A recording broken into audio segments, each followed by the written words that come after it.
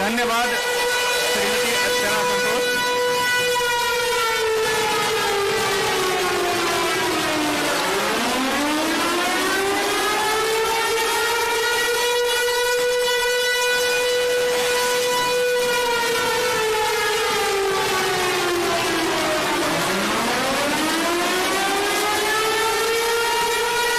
महोदय, जैसा कि आप देख रहे हैं कि अभी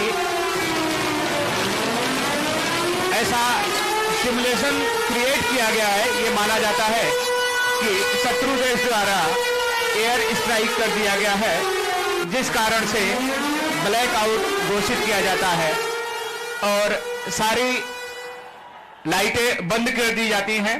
जो भी पब्लिक डोमेन में लोग अपनी दैनिक क्रिया कर रहे होते हैं, वो लोग जो खुले आसमान के नीचे होते हैं, वो उनको पहले से ही प्रशिक्षित किया गया है।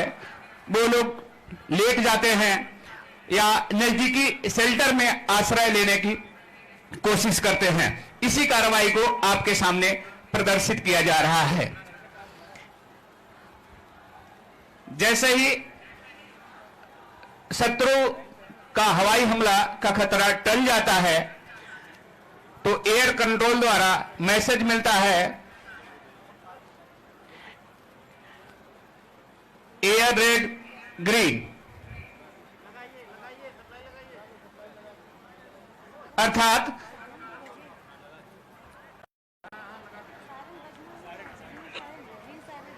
इस पर एक दूसरा सायरन बजाया जाता है। जैसा कि अभी आपने सुना कि जो पहला सायरन है वो लगातार उसकी ध्वनि कम और ज्यादा हो रही थी, लेकिन जो दूसरा सायरन बज रहा होता है, इसकी ध्वनि समानांतर एक ही रिदम से बजती रहती है, जिसका अर्थ होता है कि हवाई हमला टल गया है या शत्रु एयर स्ट्राइक बंद हो गई है।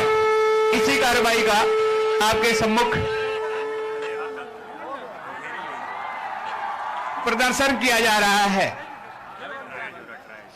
महोदय, जैसा कि आपने देखा कि अभी जैसे ही एयर स्ट्राइक होता है, तो जो फर्स्ट रिस्पॉन्डर होते हैं वो घटनास्थल पर पहुंचते हैं और जो भी वहां पे हताहत या पीड़ित विक्टिम होते हैं उनको इवैक्यूएट करते हैं। जो क्रिटिकली इंजर्ड, अभी मैं आपका ध्यान ग्राउंड में ले जाना चाहूंगा, जहां पर सिविल डिफेंस के वॉलेंटियर्स द्वारा जो क्रिटिकली इंजर्ड विक्टिम हैं उनको हॉस्पिटल के लिए रेफर किया जा रहा है और जो माइनर इंजर्ड विक्टिम हैं उनको ग्राउंड में स्थित मेडिकल पोस्ट में प्राथमिक चिकित्सा देकर छोड़ दिया जाता है। इसी बीच एससीओसी द्वारा जो भी रिस्पॉन्डिंग एजेंसियां हैं, NDRF, SDRF, fire emergency services तथा चिकित्सा विभाग को सूचना दी जाती है कि अमुक स्थान पर इस प्रकार की इमरजेंसी हो गई है और यहां पर रेस्क्यू एवं बचाव के लिए टीमें भेजी जाएं। अब मैं आपका ध्यान ग्राउंड के दाहिने गेट नंबर 1 की तरफ ले जाना चाहूंगा, जहां पर जो भी हमारी रिस्पॉन्डिंग एजेंसीज हैं वो घटना स्थल की ओर रवाना हो गई हैं। साथ ही महोदय, मैं आपका ध्यान आपके सामने 2 बजे की लाइन में ले जाना चाहूंगा, जहां पर एक छोटी आग पर सिविल डिफेंस के द्वारा काबू पाया जा रहा है। साथ ही साथ घायलों का प्राथमिक उपचार भी किया जा रहा है तथा उनकी प्राथमिकता को निर्धारित करने के लिए ट्रायल भी किया जा रहा है। साथ ही आप देख रहे हैं कि एक बम्बार्डमेंट हो जाने के कारण एक घर में आग लग गई है, एक झोपड़ी में, जिसमें फंसे हुए लोगों को बाहर निकालने के लिए चीफ वार्डन अमरनाथ मिश्रा अपनी टीम के साथ स्वयं पहुंच जाते हैं। फायर एंड इमरजेंसी सर्विसेज के कार्मिक झोपड़ी में लगी हुई आग पर काबू बातें हैं और उसमें फंसे हुए विक्टिम को बाहर निकालने का प्रयास कर रहे हैं। साथ ही साथ आपके सामने एक दूसरी सिनेरियो 12 बजे की लाइन में, अब मैं आपका ध्यान उस तरफ आकृष्ट करना चाहूंगा कि एक कोलैप्स स्ट्रक्चर है जिसको कि एक फ्लैक्स बैनर के द्वारा हमने प्रदर्शित करने की कोशिश किया है कि यहां पे एक ध्वस्त ढांचा है और इसमें कुछ लोग फंस गए हैं। तो इस ध्वस्त ढांचे में खोज व बचाव कार्य करने के लिए सिविल डिफेंस तथा एसडीआरएफ की टीमें संयुक्त रूप से काम करती हैं। एसडीआरएफ की डॉग स्क्वाड जो स्निफर डॉग होते हैं, एक विशेष प्रकार के ट्रेंड डॉग्स होते हैं जो इस डेब्रिज में, मलबे में फंसे हुए विक्टिम को सूंघ कर पता करते हैं, पुष्टि करते हैं कि हाँ इसमें कोई अभी भी विक्टिम है। तो उस विक्टिम को एक्सट्रिकेशन के लिए एक्सट्रिकेशन रूट तैयार किया जाता है और उस विक्टिम को एविक्यूएट किया जाता है और प्राथमिक चिकित्सा देकर उसे फर्दर ट्रीटमेंट के लिए हायर सेंटर को रेफर किया जाता है। इसी कार्रवाई का आपके सम्मुख प्रदर्शन किया जा रहा है।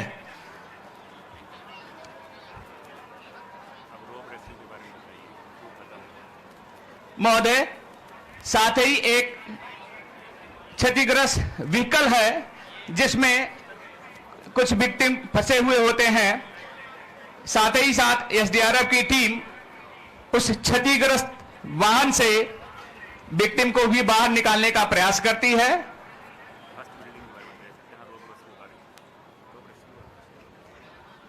ध्वस्त बिल्डिंग के बगल में ही एक बहुमंजिला इमारत है जहां पर कुछ लोगों के फंसे होने की संभावना है।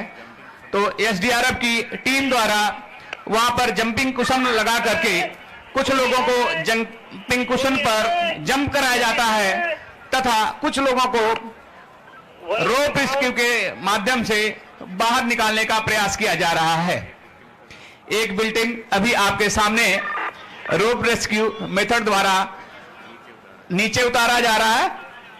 पहले विक्टिम को स्टेबलाइज किया जाता है, उसको जो भी माइनर इंजरी हैं उनको फर्स्ट एड दिया जाता है, उसके बाद उसे नीचे इवैक्यूएट करते हैं। सुरेंद्र भेजिए, सुरेंद्र।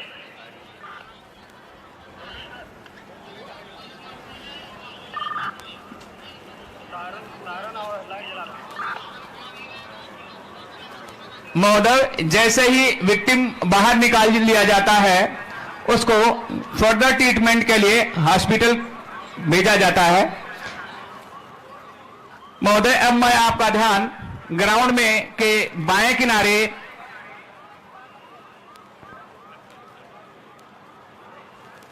दस बजे की लाइन पर ले जाना चाहूंगा।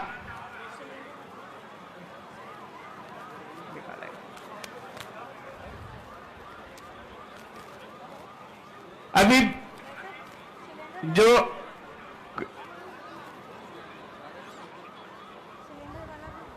कोलैप्स स्ट्रक्चर था उसमें सिविल डिफेंस के द्वारा अप्रोच रूट तैयार कर लिया गया है और पाया गया है कि वहां पर एक घरेलू गैस सिलेंडर में आग लग गई है और उस आग पर काबू पाने के लिए एसडीआरएफ के कार्मिक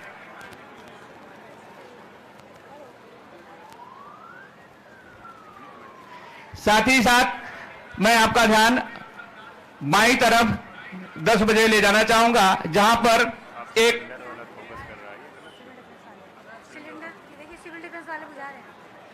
अभी आपके सामने एक घरेलू एलपीजी सिलेंडर में लगे हुए आग पर सिविल डिफेंस द्वारा काबू पाया जा रहा है। महोदय, अब मैं आपका ध्यान ग्राउंड में 10 बजे की लाइन पर ले जाना चाहूंगा जहां पर एक वीआईपी इंस्टॉलेशन है। इसको एक सिमुलेशन साइट क्रिएट किया गया है और ऐसा माना गया है कि यहां पर दुश्मन देश द्वारा केमिकल वारफेयर एजेंट का छिड़काव कर दिया गया है। इतिहास गवाह है कि प्रथम विश्व युद्ध से लेकर द्वितीय विश्व युद्ध ही नहीं अपितु 1975 तक कई दुश्मन देशों ने अपने विरोधी देश के बरखिलाफ केमिकल वारफेयर एजेंट का प्रयोग किया है। आज जो हमने सिमुलेशन साइट क्रिएट किया है, यहां पर हम ये दिखा रहे हैं कि दुश्मन देश द्वारा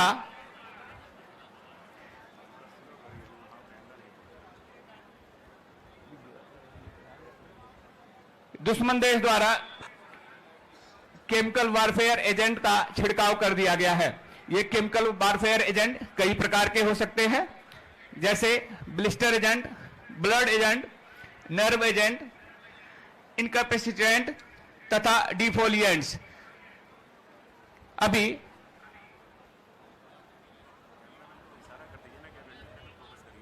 एक कैमरामैन से अनुरोध है कि कृपया अपने कैमरे को 10 बजे की लाइन पर ले जाएं।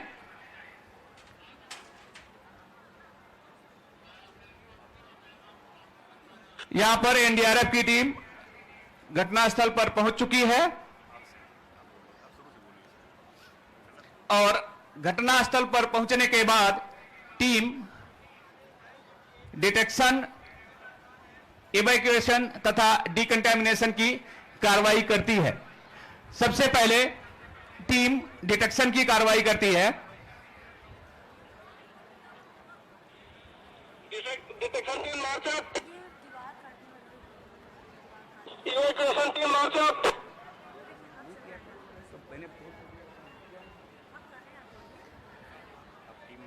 अभी आप देख रहे हैं कि एनडीआरएफ टीम द्वारा केमिकल वारफेयर एजेंट का डिटेक्शन किया जा रहा है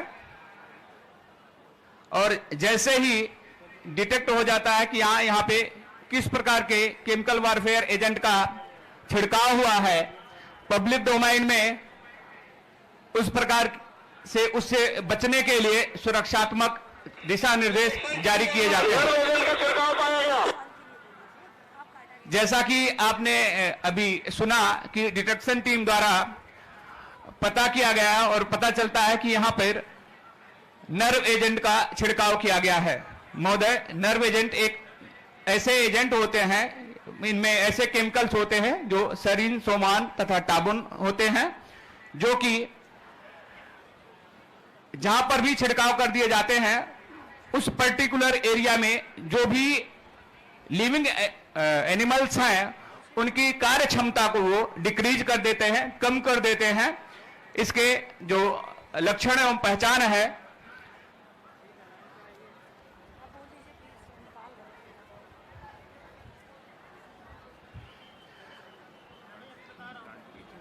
उनके लक्षण एवं पहचान है कि आदमी को बार बार लार टपकने लगता है, उनकी आंखों की पुतलियां सिकुड़ जाती हैं तथा उनके मलमूत्र पर काबू नहीं होता है।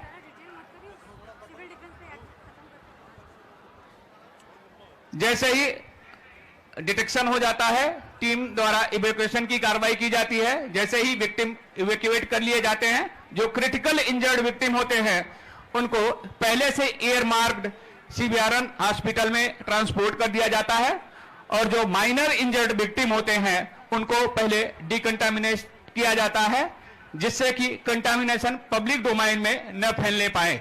चूंकि ये केमिकल वारफेयर एजेंट हैं, यदि हम किसी भी विक्टिम को बिना डिकंटामिनेशन किए हुए वहां से किसी भी हॉस्पिटल या पब्लिक डोमेन में छोड़ देंगे तो वो बाकी इन्वायरमेंट में भी कंटामिनेशन को फैलाएगा।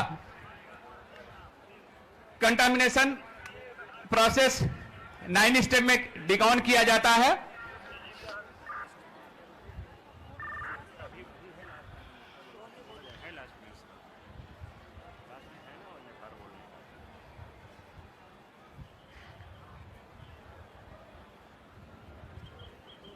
डिकंटामिनेशन प्रोसेस में जो भी स्पॉटलाइट, कृपया अपना फोकस दाहिने करें, जहां पर जो भी विक्टिम है उनको बारी बारी से डिकॉन किया जा रहा है। जो एम्बुलेटरी पेशेंट हैं इनको डिकॉन किया जाता है वहीं पर, और जो नॉन एम्बुलेटरी पेशेंट होते हैं अर्थात जो लोग चल फिर नहीं सकते हैं उनको कैजुअलिटी बैग में डाल करके और स्पेशलाइज्ड जो हॉस्पिटल है, पहले से जो ईयर मार्क हॉस्पिटल है, वहां पर इनको स्थानांतरित किया जाता है जिससे कि वहां पर उनका समुचित इलाज किया जा सके। इसी कार्रवाई को आपके सामने प्रदर्शित किया जा रहा है।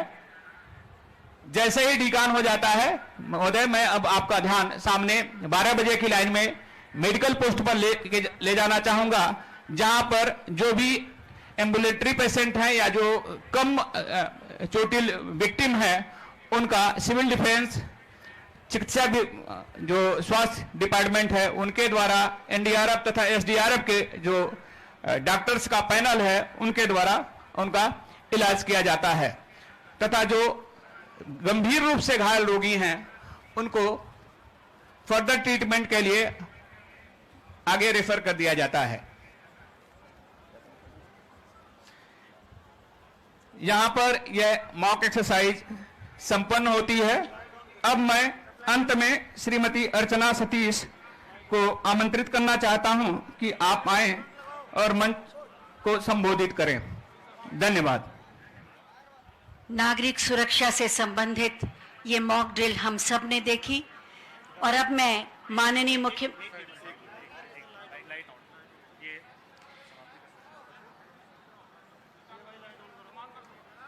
इस मॉक ड्रिल ने हमें बताया कि हम सब किस तरह से सजग, सतर्क और तत्पर रह सकते हैं और अपनी सुरक्षा के प्रति जागरूक भी रहें और दूसरों का सहयोग भी करें।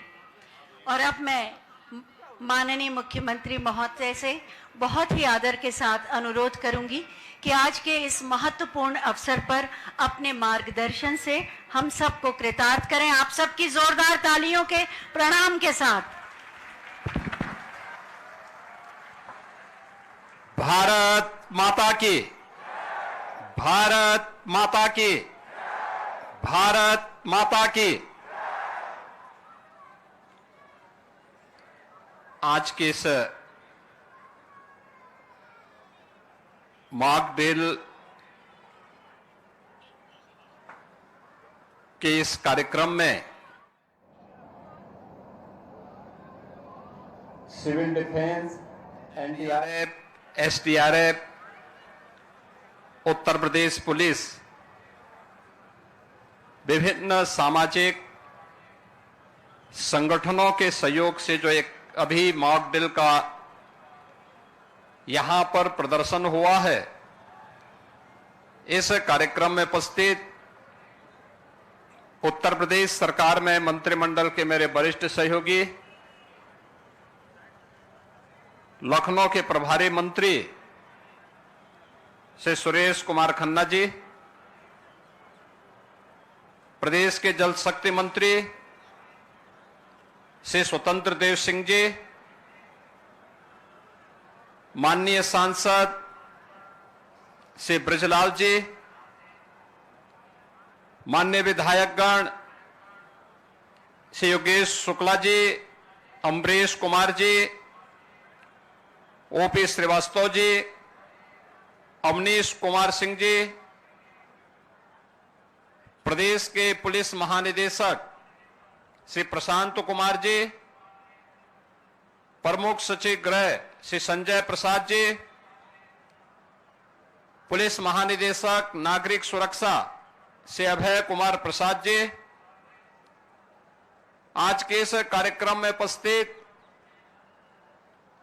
मॉक ड्रिल से संबंधित इस पूरे कार्यक्रम में civil defence, NDRF, SDRF, NCC, NSS और विभिन्न संस्थाओं से जुड़े हुए सभी स्वयंसेवकगण और उपस्थित नागरिक बंधुओं, बहनों और भाइयों,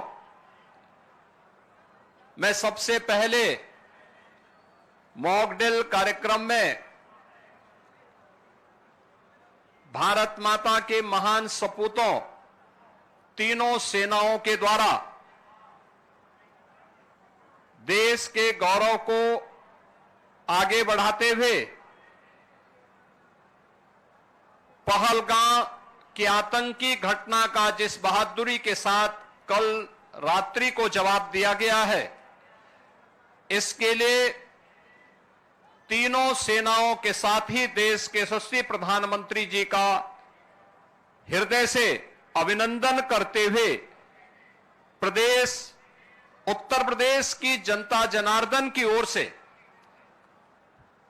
तीनों सेनाओं को और पूरे देशवासियों को हृदय से बधाई देता हूं और पहलगांव में अपने परिवारजनों को खोने वाले उन सभी परिवारों के प्रति संवेदना व्यक्त करते हुए दिवंगत आत्माओं के प्रति भी अपनी विनम्र श्रद्धांजलि अर्पित करता हूं।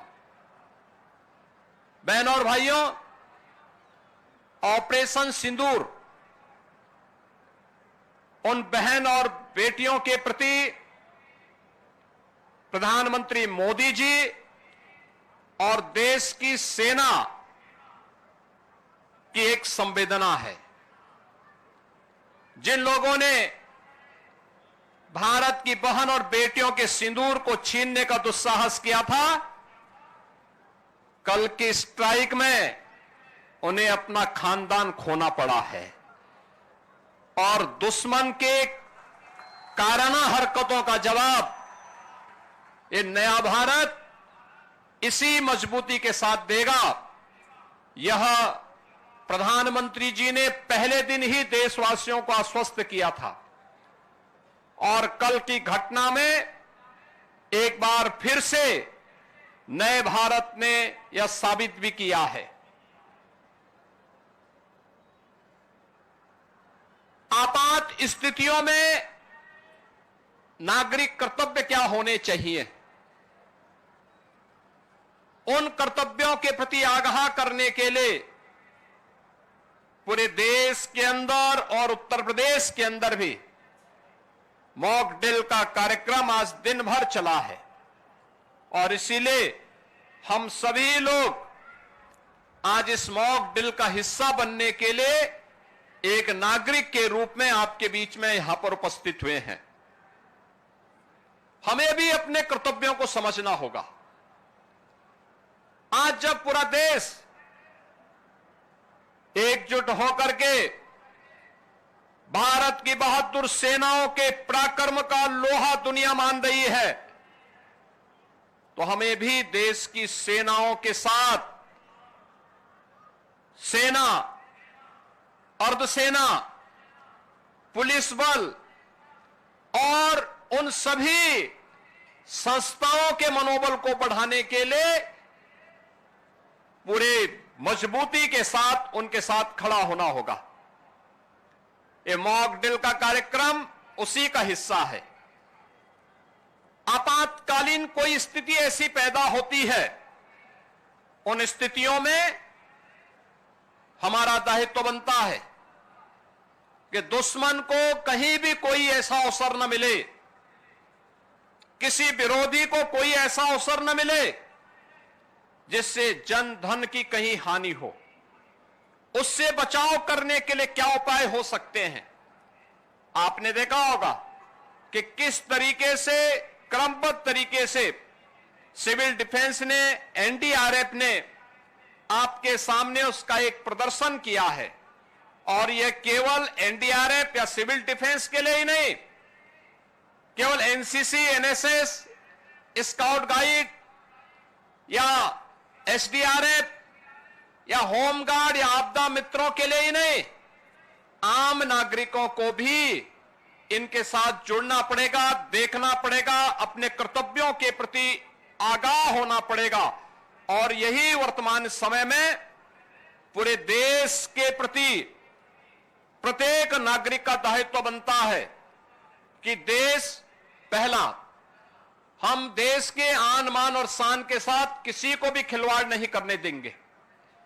भारत माता के खिलाफ जिन लोगों ने साजिश रची है, इसमें सेना की कार्रवाई का पूरा समर्थन करते हुए प्राण प्रण से उनके साथ एकजुट होकर के उनके मनोबल को आगे बढ़ाने के लिए हम भी कार्य करेंगे। और हमारे गांव में, हमारे शहर में, हमारे मोहल्ले में जहां कहीं भी सुरक्षा से संबंधित कोई मामला आता है, जहां कहीं भी देश के आन मान और शान से संबंधित कोई ऐसा पहलू सामने आता है, उसमें हमारी प्राथमिकता में पहले देश होना चाहिए, तब कुछ और होना चाहिए। इस भाव के साथ हम सबको मिलकर के कार्य करना होगा। मॉक ड्रिल के इस कार्यक्रम के लिए मैं civil defence, NDRF, Uttar Pradesh police, SDRF और अन्य सभी संबंधित संस्थाओं को हृदय से धन्यवाद देता हूं। आदरणीय प्रधानमंत्री जी के प्रति, देश की तीनों सेनाओं के प्रति, आदरणीय रक्षा मंत्री जी के प्रति, केंद्रीय मंत्रिमंडल के प्रति हृदय से आभार व्यक्त करते हुए, अभिनंदन व्यक्त करते हुए उन्हें बधाई देता हूं। पूरे देशवासियों के प्रति इन स्थितियों में अपनी शुभकामनाएं देते हुए प्रदेशवासियों के प्रति कि हम भी जागरूक होकर के अपने कर्तव्यों का निर्वहन कर सकेंगे, इस विश्वास के साथ इस पूरे अभियान के प्रति हम भी सजग होकर के, सतर्क होकर के उन गतिविधियों पर नजर रखें जो सुरक्षा में सेंध लगाने का दुस्साहस कर सकती हैं। उनके प्रति प्रत्येक नागरिक को सजग होकर के कार्य करना होगा। आप सबके प्रति मेरी मंगलमय शुभकामनाएं हैं। धन्यवाद। मेरे साथ बोलेंगे जय हिंद, जय हिंद, जय हिंद। बहुत बहुत धन्यवाद माननीय मुख्यमंत्री महोदय। सिविल डिफेंस वाले लोग और ग्राउंड में आ जाएं, सिविल डिफेंस वाले लोग सभी ग्राउंड में आ जाएं।